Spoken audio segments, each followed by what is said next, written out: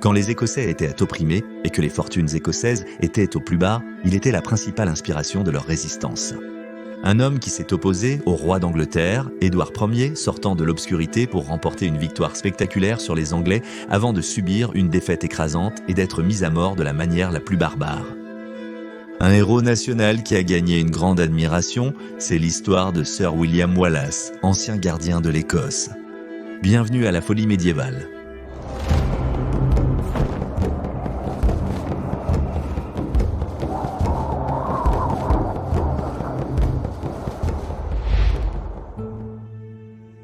Édouard Ier, impitoyable et intelligent, le roi Édouard Ier d'Angleterre s'est révélé être un roi médiéval très réussi.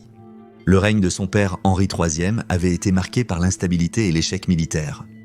Édouard, monté sur le trône en 1272, était déterminé à résoudre ses problèmes. Il était habile à gérer les barons anglais indisciplinés et a réussi à les contrôler suffisamment pour qu'ils se rallient derrière lui. Il a bien utilisé son parlement, maintenant la stabilité et apportant un flux d'argent constant, permettant à Édouard de poursuivre ses objectifs. Mais Édouard avait aussi une manière beaucoup plus sombre de lever des fonds. En 1275, il a promulgué une loi appelée Statut de la Juiverie. L'Église catholique interdisait aux chrétiens de prêter de l'argent, mais les Juifs étaient autorisés à le faire et à agir comme banquiers. Cela a permis à certains Juifs de s'enrichir, provoquant hostilité et antisémitisme. Édouard a persécuté la population juive en Angleterre en leur imposant une taxation indiscriminée. D'une certaine manière, il commettait indirectement l'usure lui-même en encourageant les Juifs à prêter de l'argent, puis en taxant leurs profits. Cet argent a aidé à financer ses campagnes au pays de Galles et en Écosse. En 1290, Édouard a complètement expulsé les Juifs d'Angleterre et ils ont dû partir sans leur argent. Déterminé à réparer les échecs de son père et préfigurant les événements écossais, Édouard a levé une grande armée en 1274 et a envahi le pays de Galles. Édouard a fait bâtir des châteaux au pays de Galles pour asseoir son pouvoir, l'a annexé à l'Angleterre et a nommé son fils aîné prince de Galles. Ayant écrasé les Gallois, Édouard était maintenant au sommet de son pouvoir, régnant sur les îles britanniques d'est en ouest. Il lui suffisait maintenant de préserver ses terres en France et de soumettre les Écossais. L'Écosse est un pays avec une identité contestée et troublée.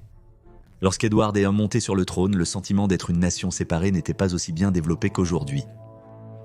C'était une monarchie ancienne, mais ses rois étaient très liés à la royauté anglaise par le mariage. En Angleterre, l'Écosse avait d'immenses propriétaires terriens qui avaient prêté allégeance au roi anglais, avaient combattu avec et contre les Anglais et avaient contribué au Conseil et Parlement anglais. Politiquement, la relation entre les deux pays était très ambiguë et ce n'était pas quelque chose qui rendait Édouard heureux. Il préférait que les choses soient plus claires et on lui a donné l'opportunité de régler son problème en 1291. Alexandre, troisième roi des Écossais, est mort en 1286 après être tombé de son cheval lors d'une chevauchée nocturne. N'ayant pas d'enfant survivant, son héritière est devenue sa petite-fille Margaret, la pucelle de Norvège. Résolu à la marier à son fils, le prince de Galles Édouard l'a convoquée. Margaret est décédée en route pour l'Écosse, probablement d'une intoxication alimentaire après que son navire a accosté aux Orcades qui appartenaient alors à la Norvège. Elle n'avait que 7 ans. En tant que suzerain de l'Écosse, Édouard a décidé de choisir le prochain monarque, le trône écossais étant vacant. Le faiseur de rois, dans une tentative de réunir les deux royaumes d'Écosse et d'Angleterre en 1292, Édouard a choisi John Balliol comme dirigeant, passant outre Robert Bruce et 12 autres candidats. Balliol et Bruce avaient tous deux des revendications légitimes au trône en tant que descendants du prince écossais David de Huntingdon. Mais Balliol était un fondateur d'un collège d'Oxford et un important propriétaire terrien anglais. Donc, Édouard l'a choisi comme le candidat le plus anglicisé. Édouard a clairement fait comprendre qu'il était toujours le seigneur souverain en contrôle, donc peu importait qui était sur le trône écossais car il ne serait roi que de nom. Les Écossais resteraient sous la loi anglaise et répondraient aux tribunaux anglais. Cette humiliation pour Balliol et le traitement autoritaire des Écossais, avec de lourdes taxes et une demande de soldats pour aider à combattre les guerres d'Édouard, a conduit aux premières rébellions écossaises. Puis, le traité de l'Écosse avec l'ancien ennemi de l'Angleterre, la France, en 1295, a entraîné une rapide rétribution d'Édouard. Il a envahi l'Écosse avec fureur, rasant Berwick où des milliers de citoyens furent massacrés, puis a progressé le long de la côte jusqu'à Dunbar. Là, il a rencontré les Écossais en bataille, mais ils ont été rapidement battus. Et Édouard a continué à prendre Édimbourg et Stirling, se vantant plus tard qu'il avait conquis l'Écosse en seulement 21 semaines.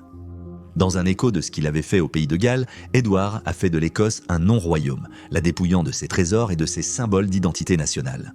Il a également dépouillé Balliol de sa position de roi, ramenant la pierre du destin et les joyaux de la couronne écossaise en Angleterre. John Balliol a été retenu à la Tour de Londres, mais a été autorisé à chercher l'exil en France en 1299. Il a vécu le reste de sa vie dans son domaine familial en Picardie, au nord de la France. Mais Édouard ne pouvait guère se permettre de construire des châteaux coûteux comme il l'avait fait au pays de Galles pour contrôler les Écossais, et le roi Philippe IV de France, désormais en ligue avec les Écossais, s'empara des terres françaises d'Édouard.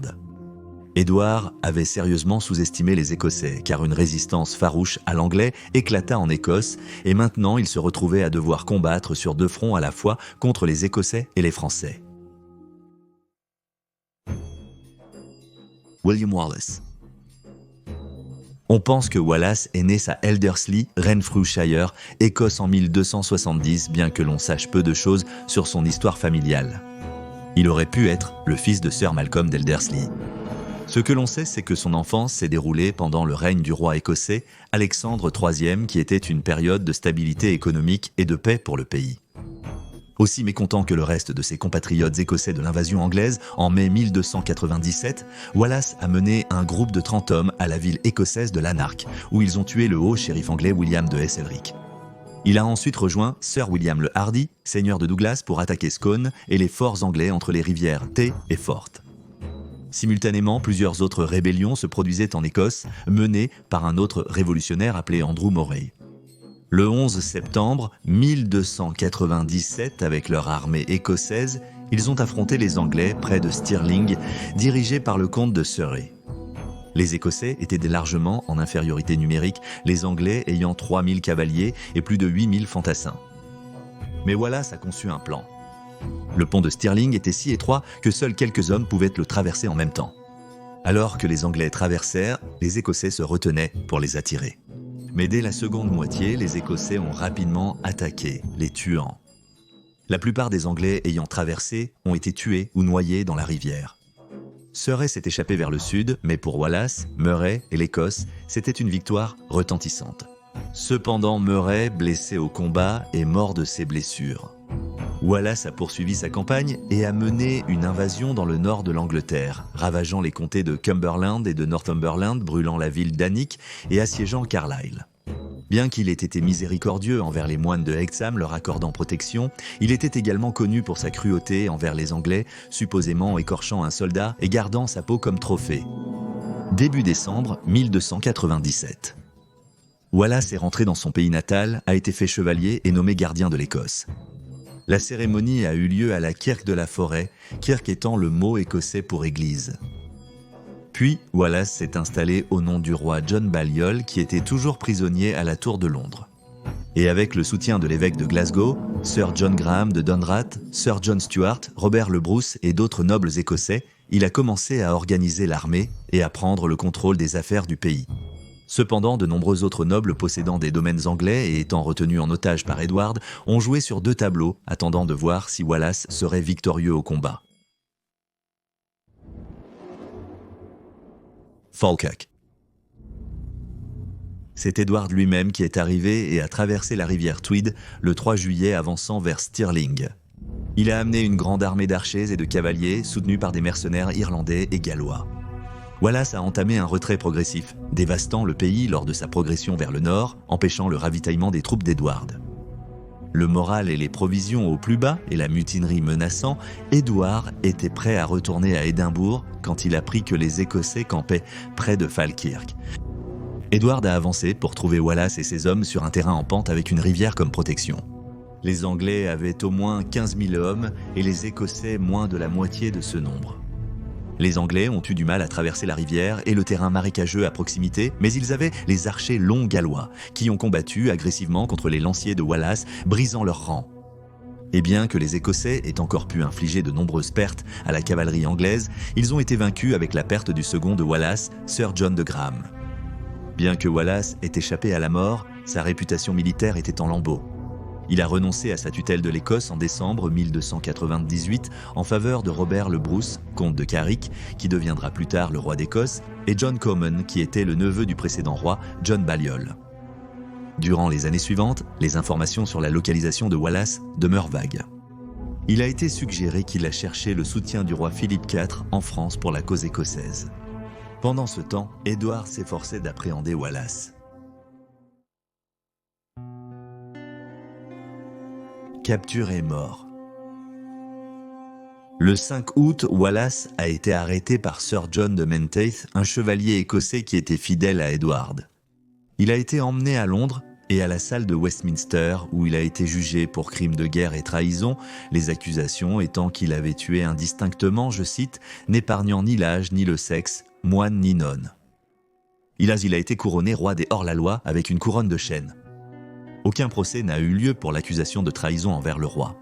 Wallace a nié cette accusation, déclarant que, je cite, « Je ne pouvais pas être un traître à Édouard car je n'ai jamais été son sujet ». Il a été condamné à être pendu, écartelé et courtisé. Pour en savoir plus, consultez notre vidéo sur cette chaîne. Le 23 août 1305, Wallace a été déshabillé et traîné sur une claie, 6 miles, à travers les rues de Londres jusqu'à Smithfield. Les spectateurs l'ont bombardé d'excréments et l'ont attaqué avec des bâtons et des fouets. Après avoir été pendu pour une fausse pendaison, il a été découpé et attaché. Le bourreau a ensuite tranché ses organes génitaux et retiré ses intestins avant de les brûler sur un brasier devant lui. Après l'éviscération, le cœur de Wallace a été arraché de sa poitrine, montré à la foule, puis il a été décapité et écartelé. Ses membres ont été envoyés au nord pour être exposés à Berwick, Perth, Newcastle et Stirling, et sa tête mise sur une pique au pont de Londres. Liberté. Robert le Bruce a finalement gagné l'indépendance pour l'Écosse, et Édouard Ier, qui était le plus grand ennemi du pays, est devenu connu sous le nom de marteau des Écossais. C'était Wallace qui est devenu l'incarnation physique de la lutte de l'Écosse pour la liberté, un guerrier, un leader et une représentation de son peuple. Il est honoré par plus de 20 monuments dans sa bien-aimée Écosse, y compris le plus célèbre à Stirling. Merci d'avoir regardé cet épisode de Folie médiévale. Abonnez-vous, nouvelle vidéo chaque vendredi. Santé!